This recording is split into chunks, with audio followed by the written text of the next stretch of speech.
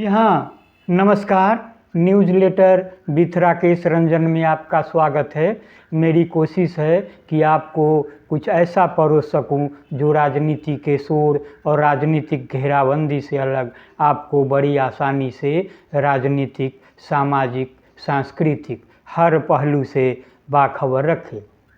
इसमें मुझे उन गुरुजनों की मदद मिल रही है जिन्हें अपनी विधा में महारत हासिल है। वे अपने सधे शब्दों से आपको झकझोरते तो हैं ही, राजनीति और समाज को आईना भी दिखाते हैं।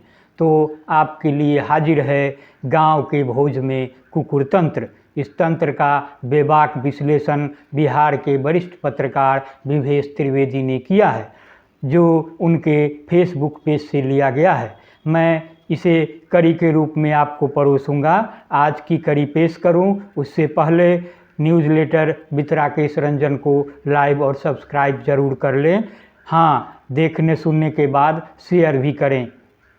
तो लीजिए, हाजिर है। याद जरूर रखें कि मकसद किसी व्यक्ति विशेष या सियासतदानों का मान मर्दन करना नहीं है। कल रात सपने में अजीब स्थिति पैदा हो गई। 2 सीमावर्ती गांवों में भोज थे। गांवों के नाम ठीक से याद नहीं। दोनों गांवों की सीमान पर माइलस्टोन नजर आया जिस पर लिखा था जाफरपुर 0 माइल। सीमान से पश्चिम टोले पर लोग भोज खा रहे थे। टीला जनतंत्र की भूमि वैशाली में मौजूद राजा विशाल के गढ़ जैसा दिख रहा था। सीमान से पूरब भी लीची बागान के बीच किसी के दरवाजे पर भोज चल रहा था। अंधेरी रात की वजह से मुझे दोनों सीमावर्ती गांवों के जिला, थाना, ब्लॉक या सब डिवीज़न की पक्की जानकारी नहीं मिली, इसलिए दोनों गांवों के नाम काल्पनिक ही मानिए। लीची बागान के भोज में तरह तरह के व्यंजन परोसे जा रहे थे।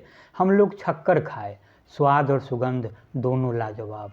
आसपास के कुत्ते खुशबू से खींचे चले आए। पूर्वा या पछुआ हवा नहीं चल रही थी, फिर भी सुगंध गांव की सीमान पार कर गई। देखते देखते सीमावर्ती गांवों से कुत्तों के झुंड भी आ थमके। उनके मुंह से लार टपकने लगे। एक दिन कुत्तों के भी आते हैं, लेकिन 5 साल पर नहीं। पक्के लोहियावादी हैं, 5 साल इंतजार नहीं करते।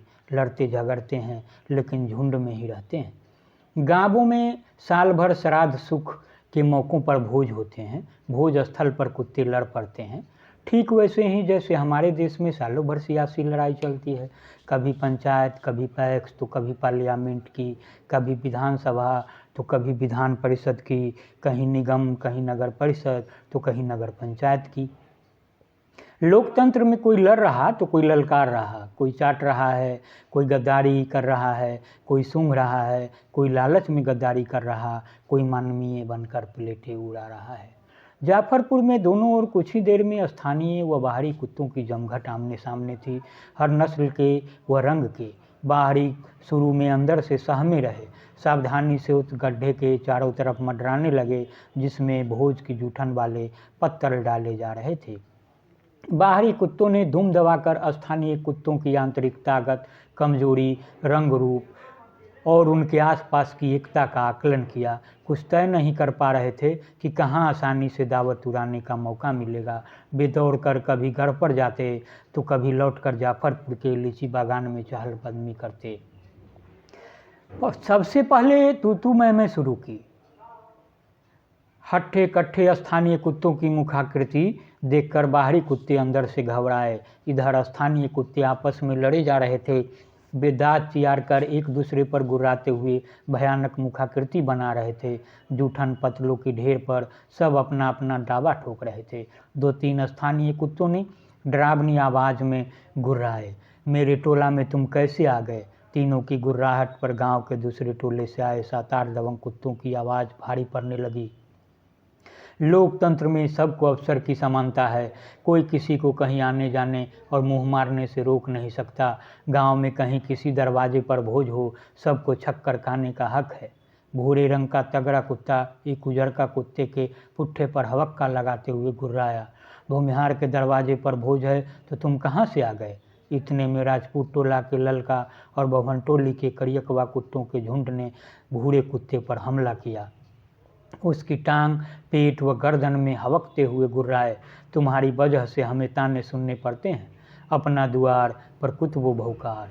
कुत्ता भूखा कुकियाते हुए छटपटाने लगा। अब ललका करियकवा के भौंकने की बारी थी। भूमिहार का कुत्ता मलगोपा उड़ाएगा और बाभन राजपूत का कुत्ता उपास पड़ेगा।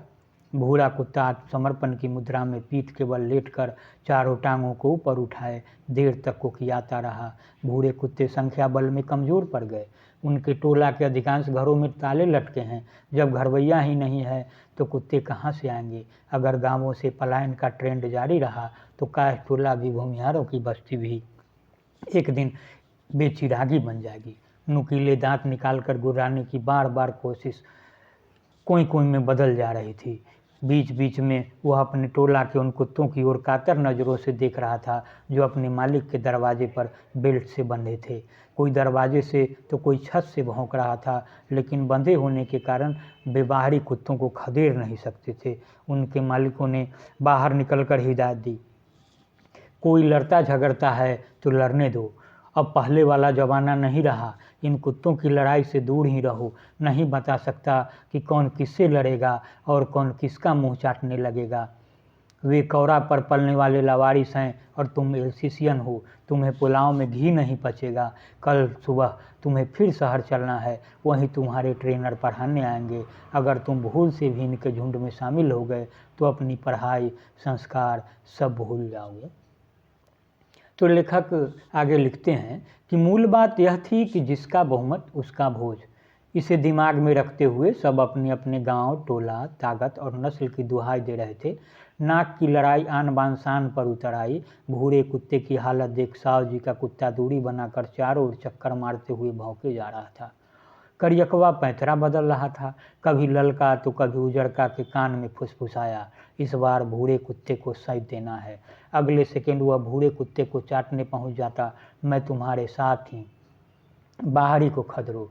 इसी बीच सहनी टोला के 2 कुत्ते दंगल में कूद गए। तुम लोग कान खोलकर सुन लो, यह सहनी बहुल गांव है।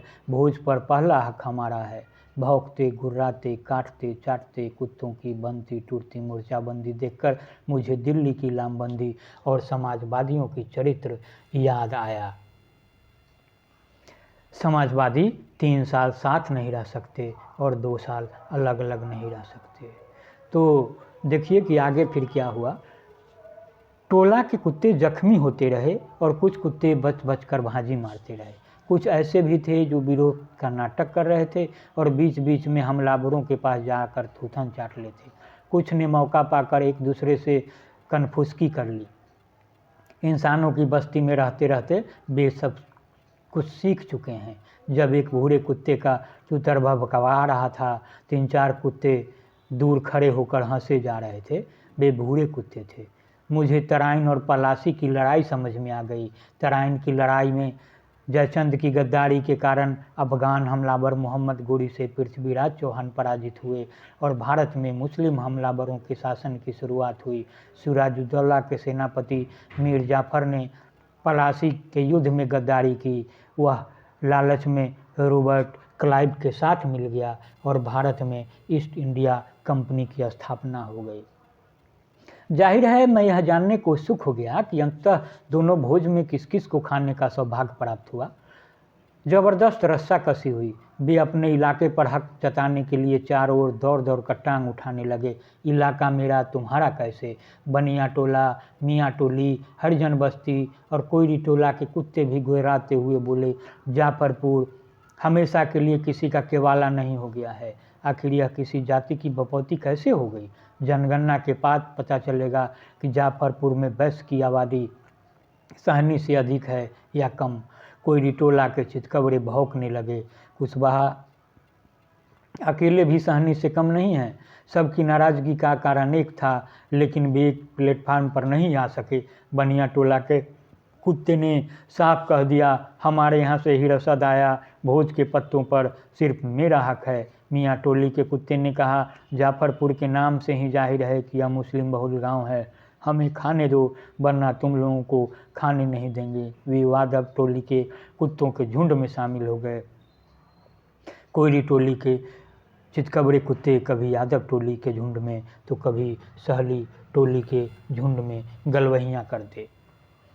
किसी ने किसी को पीछे से सूंघने की कोशिश की तो किसी ने आंख दिखाई। कुत्तों की आदत है, वे सिर्फ वफादारी जताने के लिए आगे पीछे से नहीं सूंघते। उनमें से कुछ भोज खाना भूलकर अपने से विपरीत लिंगी को सूंघते हुए पूछे, दिल्ली चलना है? टिकट कंफर्म समझो। एक नया लफड़ा हो गया। सब मिलकर सूंघने वाले पर गुर्राए। कैसा टिकट? नेताओं वाले लक्षण कर्म छोड़ दो, बिहार चुनाव में टिकट का धांसा देकर चुनाव चलाते हैं। बहरहाल उम्मीद है कि यह आपको पसंद आया होगा और आप मेरी अगली कड़ी की प्रतीक्षा ज़रूर करेंगे।